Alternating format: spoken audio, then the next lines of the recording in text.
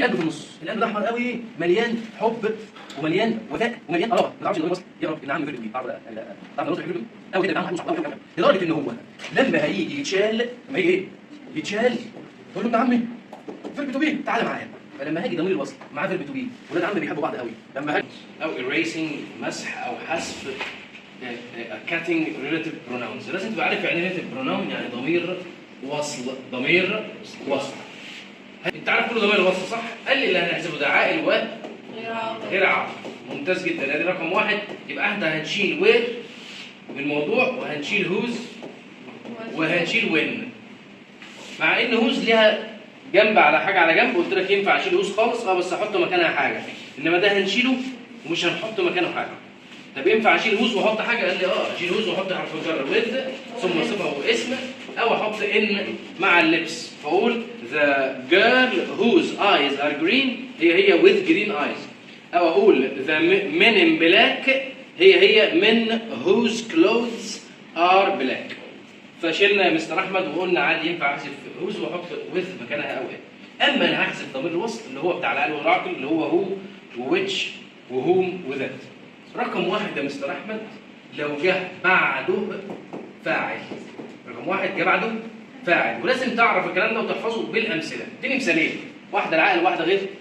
قلنا اول حاجه this is the man I met. الجمله الثانيه this is the cat I had. انا سامعك بتقول معايا جدع، حفظنا مثالين. دي كان اصلها this is the man who و this is the cat which. ينفع نحذف يا مستر احمد؟ قال لي عادي طالما بعدين فاعل. خلصنا اول حاجه كده بسرعه كده ولا اي حاجه. فقول this is the book I lent you. ينفع؟ عادي جدا. ده الكتاب اللي انا سلفته لك، جه بعدها فاعل خلص الموضوع. طب يا مستر احمد نمبر 2 رقم 2. قال لي رقم 2 حكايته بحكايه. قال لي في ضمير وصل اللي هو الريلاتيف بروناون وفي قلب في النص. القلب ده احمر قوي مليان حب ومليان وفاء ومليان قرابه. ما تعرفش ان ضمير وصل يقرب ابن عم فيرب تو بي. تعرف ولا لا؟ قال لي لا. تعرف ان ضمير وصل بيحب فيرب تو بي قوي جدا، ابن عمه وحبيبه وصاحبه قوي قوي قوي قوي، لدرجه ان هو لما هيجي يتشال، لما هيجي ايه؟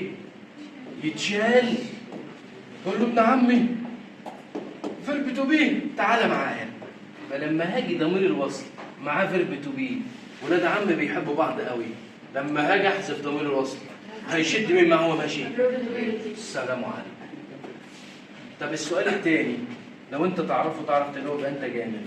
طب فيرب تو بي بيجي بعديه الفعل بكام شكل؟ او بيجي بعديه كام حاجه؟ قال لي يا مستر احمد فيرب تو بي هيجي بعديه حوالي 3 4 حاجات. هيجي بعديه الفعل واخد اي ان، ودي علامه الاكتف ولا الباسيف؟ معلوم ولا مجهول؟ وبالتالي يا مستر احمد لما بيجي بعديه البي بي يبقى علامه المجهول. وهيجي بعديه يا مستر احمد ناون او ادجكتيف وناون، والاحسن ادجكتيف وناون افضل. حلو الكلام، ودي الافضل بكتير. او يا مستر احمد يجي بعديه جار ومجرور. جار ومين؟ وسع بقى كده وبص معايا. اذا يا مستر احمد دي حكايه كل اللي انت تتلخبط فيه. فيرب تو بي لو معاه ضمير وصل او ضمير وصل معاه فيرب تو بي، بعد فيرب تو بي هتلاقي كام؟ كذا حاجه. بعد فيرب تو بي اي ان جي معلومه انا موجود. حذفنا فيرب ضمير الوصل هنحذف مين؟ يبقى لك مين؟ الاي ان جي. معلومه انا موجود. يا ابن اللعيبه تصدق القصه كلها في الحته دي. طب حذفنا ضمير الوصل مع فيرب تو يبقى لنا بي بي. معلومه انا موجود. طب حذفنا ضمير الوصل وفيرب تو يبقى لي جر وايه؟ ومجرور. انا عايز مثال يا مستر احمد، هديك مثال. ضمير الوصل بيحب فيرب تو بي، هيحسبه وهياخد ده في وشه، هيشده. خلي بالك عشان هيجي في مره يشده ويجر وراه. اقول له لا مش هينفع اجي معاك. ويروح مقلعه الجاكيت، ياخد الجاكيت منه بس. هتعرف يتبقى ايه دلوقتي، بس ركز معايا. هقول لك هتعرف يتبقى منه ايه. في مره هيعصلك معاه انت يا عم انا ليه بقى؟ هتعرف دلوقتي. خلي بالك المعلومه دي خدت بالك. رقم واحد يا مستر احمد قلت لك اصل الجمله ايه؟ فاكر؟ يلا حل معايا. اصل وصوره. مين الاصل؟ الصوره مين؟ نحذف الصوره ونضع الوصل بعد الاصل. يا ابن اللعيبه حط which was written صح كده؟ يلا the book which was written. ينفع نحذف which؟ طب ينفع نحذف was؟ مش ده فيرب تو بي؟ يبقى لنا مين؟ اقف اقف كده لحد ريتن الجمله دي عك، لان ما ينفعش اجيب جمله بي او فعل او مفعول بي واسكت. ايه الشرط الثاني يا مستر احمد؟ لازم تلاقي فعل ثاني في الجمله. لازم الاقي ايه؟ خلي بالك من التكه دي. طب ينفع اقول ذا بوك ريتن 20 years ago واسكت؟ لا. ليه يا مستر احمد؟ عك. طب ينفع اقول ذا مان ستاندينج ان ذا ستريت واسكت؟ لا. عك. ايه اللي يصلحها؟ ان الاقي فعل تاني، سواء هي اخر واحده او هي اول واحده. سواء هي اخر واحده وهي المهم الاقي فعل تاني يا مستر احمد. حد جامد يعرف ليه؟ لو انت جامد وماشي زي ما قلنا، لان قلت لك مفيش جمله ضمير وصف ده ما فيهاش فعل. وكانوا كام جمله؟ لا دي ينفع ما يكونش فيها فعل، ولا دي ينفع ما يكونش فيها فعل. يا ابن اللعيبه صح. ركز معايا وحش. يبقى اصلها ذا بوك ريتن 20 years ago ماله؟ is interesting. في فعل ثاني؟ قال لي ده معلوم ولا مجهول؟ علامة البي بي مجهول. علامة البي بي طيب تعال. طب لو قلنا زمان هو is standing نحذف هو ونشيل يبقى زمان standing there. ينفع نسكت؟ لا. ليه يا مستر احمد؟ لازم نلاقي فعل ثاني. في فعل ثاني؟ طب يا مستر احمد لو جر بعدها جر، لو جه بعدها جر ومجرور on the table، جر on ومجرور the table، نشيل ويتش ونشيل يبقى اقول ذا بوك on the table. طب ينفع اسكت؟ طب عايز اقول الكتاب على الترابيزه اقول ممتاز يا احمد. يبقى the book is on the table. the book is on the table واسكت صح. طب عاوز اقول the book on the table قول لي ماله؟ في ايه الكتاب اللي على الترابيزه؟ تعالى بقى اعلمك التكه الاصليه.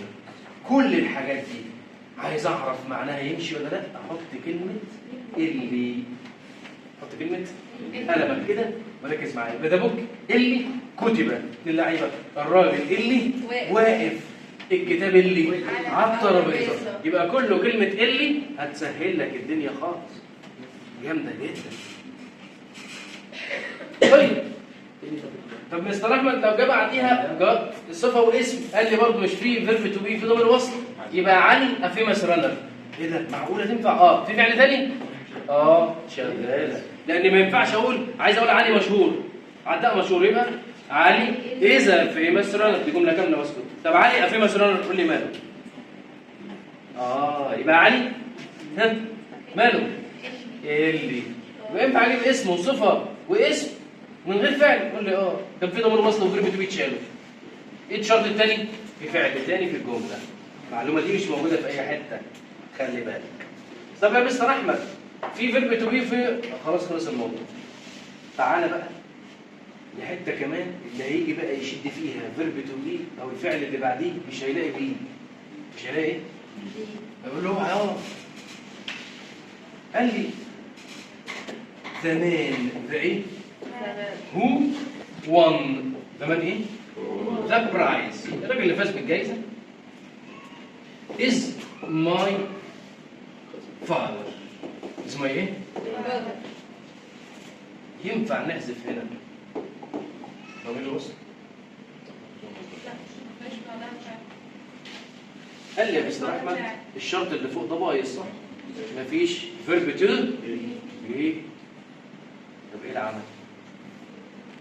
قال لي يا مستر احمد ينفع ما يكونش بيه موجود بس بشرط يبقى جمله معلوم وليس مجهول. الراجل فاز معلوم ولا مجهول؟ هيجي يشد اللي وراه هنحذف هو صح؟ هتشد مين؟ يلا قول وان. هتشد مين؟ هل وان ده فيرب تو بي؟ لا مش فيرب تو بي. هيمسك فيه برضه الراجل هيقع من على الحافه. تعالي يا وان. تعالي ايه؟ اوعى يا ابني انا مش فيرب تو بي. انت عبيط ولا ايه؟ وانا فيرب تو بي ابن عمك؟ انا مش فيرب تو بي يا عم. قال له مصحى بسيبك امسك فيها برضه. يروح مقلعها الجاكيت. ما هو الجاكيت اللي هيقلع من وان؟ الماضي. قال لي يا مستر احمد وان دي في الماضي صح؟ ماضي بقى مضارع تام، مضارع بسيط، ماضي تام. هيروح مقلعها الجاكيت ويتبقى ويديها اي ان جي. ويديها ايه الشرط الثاني يا حماده؟ لازم في فعل رقم 2. يبقى ضمير الوصل ينفع يتحذف لو ما فيش بعديه فيرب تو بي؟ امتى؟ في فعل بعدين مصرف هقلبه بس مبني للمعلوم وهقلبه ياخد اي ان. طب في واحده كمان حد عارف؟ This is the first man who came. يلا لو انت جامد ادي معلومه اهي صح؟ الواد الجامد والبنت الجامده بقى اللي هيعرف يحل. طب هنا هيشيل هو صح؟ في فعل تاني قال لي جاي في الاول عادي دي كيم صح؟ يبقى the first man coming يا ابن اللعيبه. هنا قلعها الجاكيت واداها تو مصدر. حد عارف ليه؟ يا ابن الايه the first man. ايه ده؟ يبقى هنحذف ضمير الوصل ومفيش بعديه فيرب تو بكام طريقه؟ باثنين. لو هو معلوم ومفيش بعديه عدد ترتيبي يبقى نحط اي ان جي. طب لو هو معلوم وقبليه عدد ترتيبي يبقى تو فعل في المصدر. دي قاعده التو مصدر وان جي ينفع تضاف معاك. خلاص كده؟ وده حذف ضمير اوعى حاجه تلخبطك بعد التركه دي خالص. واصله؟ شدوا عليك.